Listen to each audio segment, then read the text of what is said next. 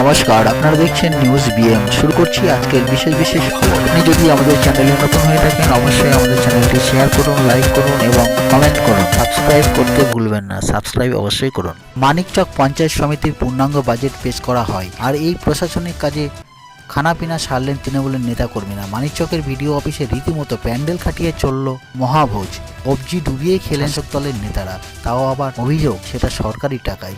এ বিষয়ে পঞ্চায়েত সমিতির সভাপতি পিঙ্কি মণ্ডলকে প্রশ্ন করা হলে রীতিমতো হুমকি ক্যামেরা বন্ধের নির্দেশ দিলেন সাংবাদিককে। পঞ্চায়েত সমিতির বিরোধী দলনেতার দাবি, ভোজ ও উপহার মিলিয়ে আনুমানিক 4 লক্ষ টাকা খরচ ধরা হয়েছে। এই দিন বহিরাগত ক্যাটারিং রান্না করেছেন নানা রকমারি পদ।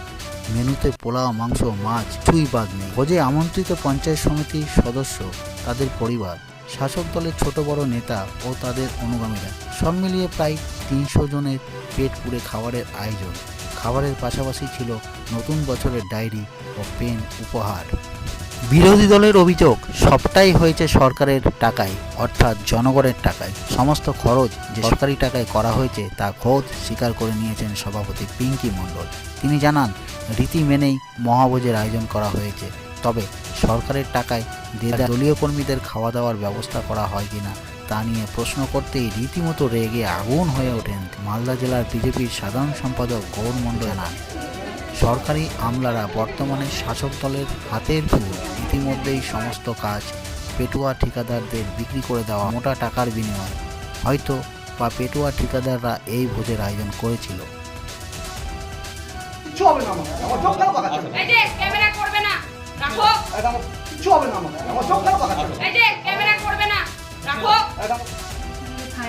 ফাইনাল বাজেট ছিল, সেখানে আমরা বাজেটে ধরেছি 27,69,60,000 টাকা।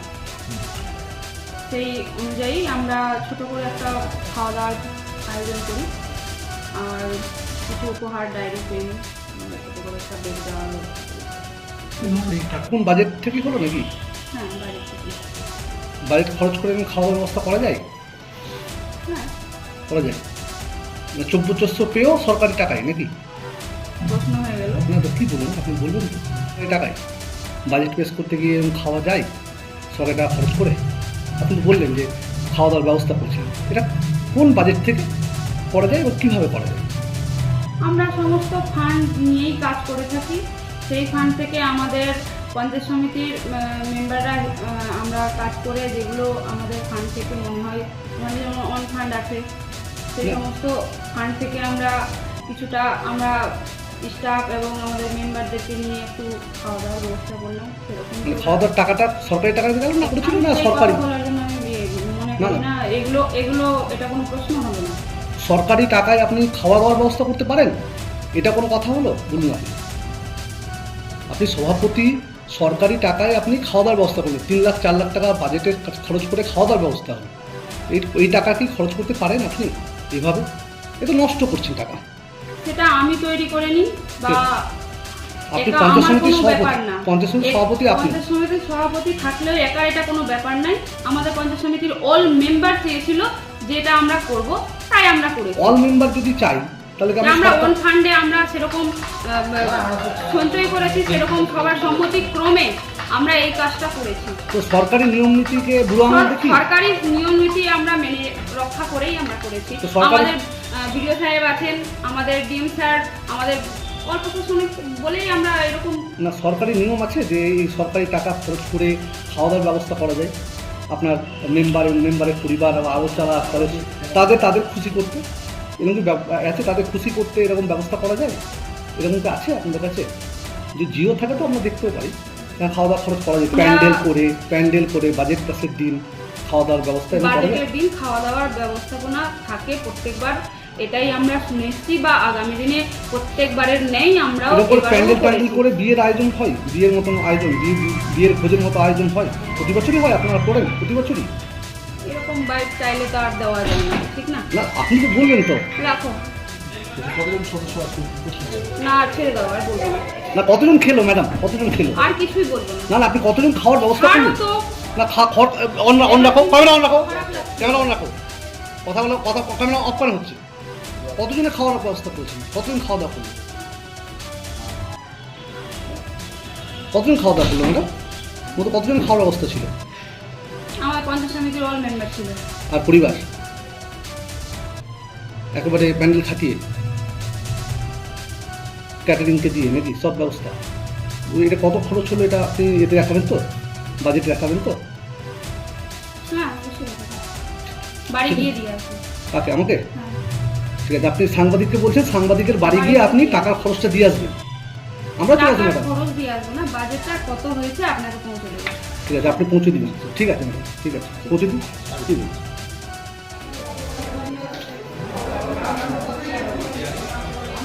কাজ হচ্ছে গোটা পশ্চিমবাংলায় দুর্নীতি চলছে, সর্বক্ষেত্রে দুর্নীতি, বাজেটকেও ছাড়ে না তার। আজ পঞ্চায়েত সমিতির বাজেট ছিল, পঞ্চায়েত সমিতির সভাপতি মাননীয়া পিঙ্কি মণ্ডল মহাশয় পেশ করেছেন আর কি, যেটা হচ্ছে আপনার 27,69,27,000 টাকার বাজেট করেছেন। তিনি নিজের মুখে স্বীকার করেছেন ভুরি ভোজ হয়েছে, ব্যাগ ডায়েরি পেন দিয়েছেন তাদেরকে, আর ইত্যাদি ইত্যাদি। দেখুন, এই সরকারের তো অর্থ তছরূপ করে সবাই শিখে নিয়েছে, নবান্ন থেকে নিচে লেভেল অবধি পঞ্চায়েত সমিতি অবধি শিখে নিয়েছে কি করে দুর্নীতি, কি করে চুরি করতে হবে। এই সরকারের কোনো টাকা নেই, 15 ফিনান্সের টাকা ছাড়া কিচ্ছু নেই। এই 27 কোটি টাকা কেন, বছরে 1 কোটি টাকাও পাবে কিনা সেটাও 15-এর টাকা। অথচ পূর্ব পরিকল্পিত প্ল্যান হিসাবে অর্থ কি করে তছরূপ করতে হবে তার নিজের মুখেই স্বীকার করেছে। আমতা আমতা করছেন উনি, একটা নির্দিষ্ট পার্সেন্টেজ নিয়ে এই ঠিকাদারদের কাছ থেকে টাকা নিয়ে সেখানে কাজ দেওয়া হয়। কাজের নামে নবঘণ্ট কিছু হয় না, একদিনে ঢালাই করো, 3 দিনের পরে এত নিম্নমানের কাজও ভেঙে যায়। সেই কাজগুলো করায়, কারণ তাদেরকে তো সেই দুর্নীতির আরাখা তৈরি করেছে পঞ্চায়েত সমিতিটা, ঠিকাদারের দিয়ে হোক। আর প্রশাসন করবে বা কি? প্রশাসনকে তো তাদের ঠুটো জগন্নাথ বানিয়ে রেখেছে, বেশি বাড়াবাড়ি করলে ট্রান্সফার করতে হবে, এখান থেকে চলে যেতে হবে, আর কিছু কিছু ইত্যাদি ইত্যাদি। কিন্তু এই যে আজকে নেতা কর্মীরা, তার পঞ্চায়েত সমিতির সভাপতিরা নিজেই স্বীকার করছে, আমতা আমতা করছেন, বাজেটে খাওয়া করাই যায়, গিফট একটা উপহার দেওয়াই যায়। এবার যখন টাকার প্রশ্নে আমি শুনছিলাম, সাংবাদিকরা টাকার প্রশ্ন করছে যে বাজেটের টাকা দিয়ে বা কোন টাকা দিয়ে, তো কোন টাকা দিয়ে করবো? নিজের বাড়ির টাকা দিয়ে করবি? এইখান থেকে কাটমানি খাবে, এইখান থেকে অর্থ তছরূপ করবে, সেই টাকা থেকে ঘাটতি পূরণ করবে। অর্থাৎ মানুষের ট্যাক্সের টাকা, কেন্দ্রীয় সরকারের টাকা এবং এই রাজ্য সরকারের কোনো টাকা, ফান্ডের কোনো টাকাই দেয় না, নামের মাত্র একটা প্রহসন।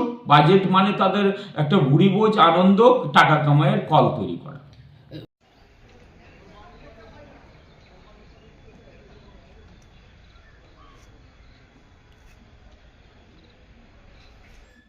এক গৃহবধূকে ধারালো হাঁসুয়ার কোপ মেরে গুরুতরভাবে জখম করে দেওয়ার অভিযোগ উঠল স্বামীর বিরুদ্ধে। বুধবার দুপুর 2টো নাগাদ ঘটনাটি ঘটে। ঘটনার বিবরণে জানা গিয়েছে যে গুরুতর আহত ওই গৃহবধূর নাম মেনকা মণ্ডল, বয়স 36 বছর, গাজল ব্লকের রানীগঞ্জ 2 নম্বর আরজি জলসা কেনবোনা এলাকার বাসিন্দা সে। স্থানীয় সূত্রে জানা গিয়েছে এই দিন ওই গৃহবধূ ভাত রান্না করছিলেন। তরকারি রান্না করতে দেরি হওয়ার কারণে ওই গৃহবধূর স্বামী রাগের জেরে ধারালো হাঁসুয়া দিয়ে এলোপাথারিভাবে কুপিয়ে রক্তাক্ত করেন। এরপর স্থানীয়রা ওই ঘটনা দেখতে পেয়ে আহত ওই গৃহবধূকে তড়িঘড়ি উদ্ধার করে নিয়ে আসেন গাজল স্টেট জেনারেল হসপিটালে চিকিৎসার জন্য। গাজল থানায় লিখিত অভিযোগ দায়ের করা হয়। ওই গৃহবধূর অবস্থা আশঙ্কাজনক অবস্থায় থাকায় তাকে গাজলের কর্তব্যরত চিকিৎসকেরা মালদা মেডিকেল কলেজ ও হসপিটালে রেফার করে দেন।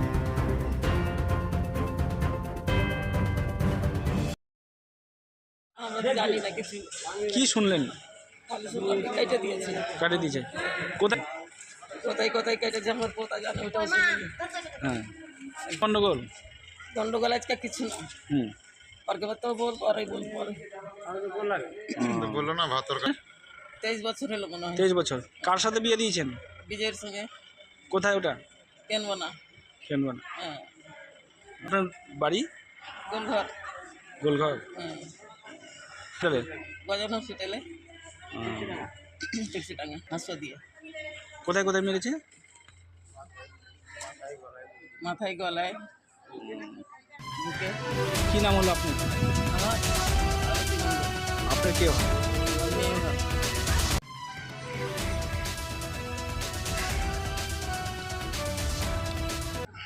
কি ব্যাপার? ছেলেটা বউটা হুম যখন বউটা রান্না করছে হুম রান্না করছিল, রান্না করতে দিয়ে হুম হ্যাঁ বউটা রান্না একটু লেট হয়েছে।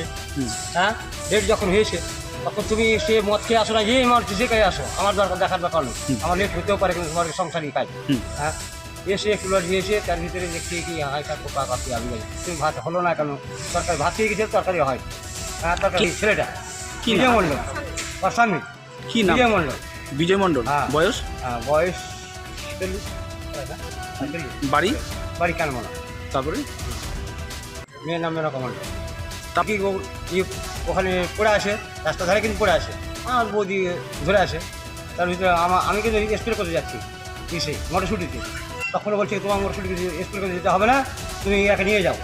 হ্যাঁ তখন আমি স্প্রেটা সাইকেল ওখানে রেখে দিলাম, ওখানে রেখে ওর বাড়ির সামনে রেখে আমি ওকে নিয়ে তুলে আমি তখন গাড়ি চলো হাসপাতাল। হাসপাতাল। হ্যাঁ হাসপা আমি বাড়ি ছিলাম, হাসপা আমি গেলাম তো আমাকে হাসপাতাল এই শালা কাটবো আই ঢুক, চোখ মেরেছে মাথায় আর গালে, হুম হ্যাঁ হাতে আছে, হুম। আর বুকে আছে নাকি, বুকে চাঁদে দেখিনি। হ্যাঁ মানে 3টা কি 4টা কোপ আছে। কেমন বলছি আপনার কি হয়? আমার মামি মামি। সম্পর্কে মামি বলি। আপনার নাম? আমার নাম নারায়ণ মণ্ডল, বাড়ি? বাড়ি কানবো না, দোষ? দোষ ছেলে দোষ।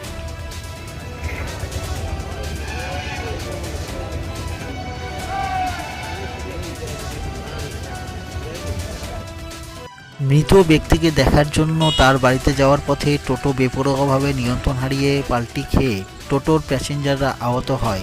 প্রায় 11 জন প্যাসেঞ্জার আহত হয়েছিলেন, তার মধ্যে একজন শিশু 2 বছরের, তার গুরুতর চোট লাগার কারণে তাকে মালদা মেডিকেল কলেজ ও হসপিটালে নিয়ে যাওয়া হয়েছে এবং বাকিদের জোর হসপিটালের চিকিৎসার জন্য আনা হলে প্রাথমিক চিকিৎসার পরে ছেড়ে দেওয়া হয়েছে।